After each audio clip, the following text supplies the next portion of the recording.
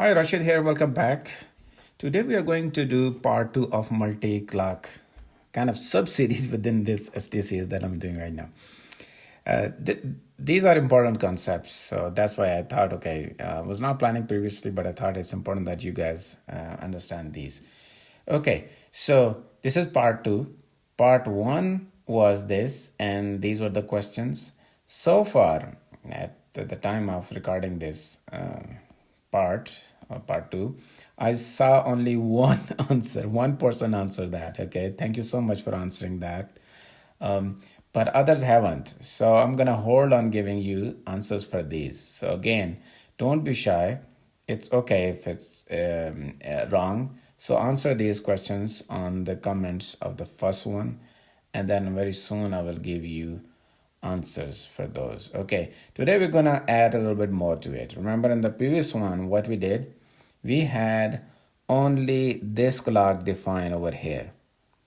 Okay, nothing else. And I asked you some questions. Okay, today we are going to do something. We are going to define a clock here. Okay, what is this circuit? This is a divide by 2 clock. So you look at this. Clock comes here, and the output of register goes back in.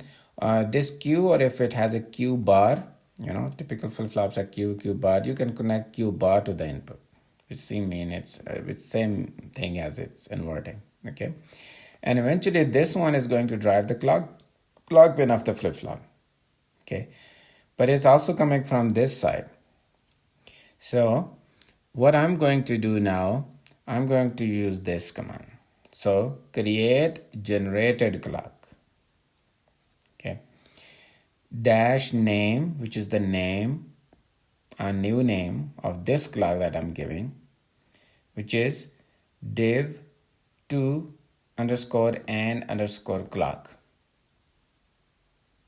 All right, here.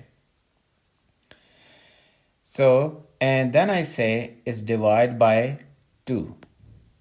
Okay, without this, if I don't define this, which is where I thought, okay, first I'm gonna answer the previous question because there's a link. Without definition here, there is no clock here. Tool doesn't know what is it. What is this thing doing?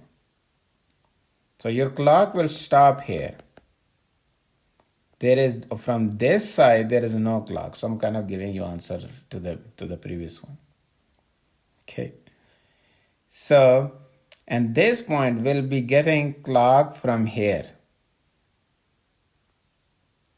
Because this clock, this one is defined, this propagates here, this is a combinational arc, this goes here, this goes here. So, and eventually this gets only this clock. This doesn't get any divide by 2 or this version of the clock. So now if I define this create generated clock, I say name is this. It is divide by 2 version of which.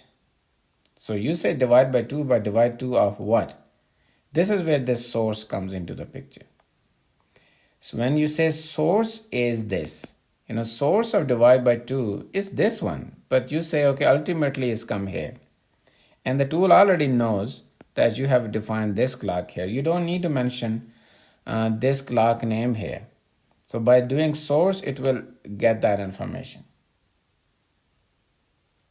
And this one is this location. This is div2 clock 1. These pink ones are the instance names. So this is this instance and this is the Q pin of that. So this is exactly where you define this clock, but actually it's to get its period, you say divide by 2 and you give source. Tool knows the period of this clock, so it figures out this is divide by 2. If this is 100 megahertz, this will be 50 megahertz.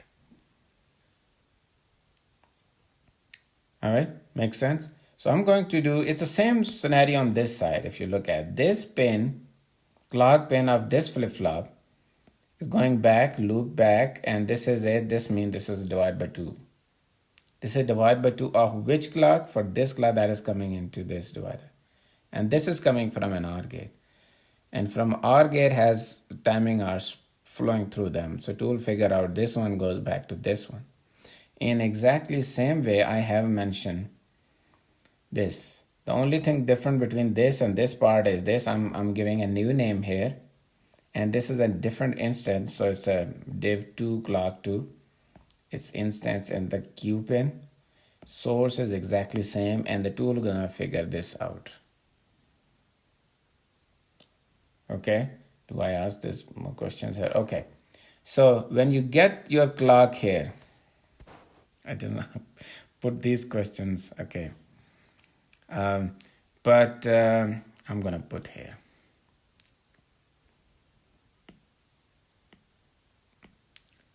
Q1. It's exactly the same question I had here. Okay, these ones.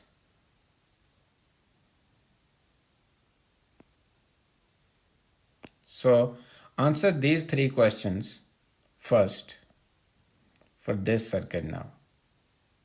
Same circuit, but with new additional definitions I have. So first question is, okay, on mux 1, what clock is here now? What clock is here now? I mean, I already answered that, right? Do you expect a path reported in STA? How many paths you expect now? Okay, that's a valid question right now. Previously, how many paths were there? Keep in mind, there is no input delay, there is no output delay. How many paths was there on this? You know, each time, even though it's the same path, but there's a different clock, it becomes a slightly different path because each clock has its own network delay as well. You know, the delay from here to here is different than delay from here to here. You see that? So timing path are still different, even though their structure is the same path. Data path is same, launch and capture, but clock launch and capture paths can different. We will call them different paths. So before, how many paths were here? All over, including this. And now with these definitions, how many paths are there? Q2, Q3. Okay, let's stop this here. And in the next video, please answer these one and don't be shy. And then I'll also explain you some setup and hold timing on this one with different clocks involved. Okay, make sure you answer these both questions from this part and the part 1. All right, let's finish it here. I will see you tomorrow.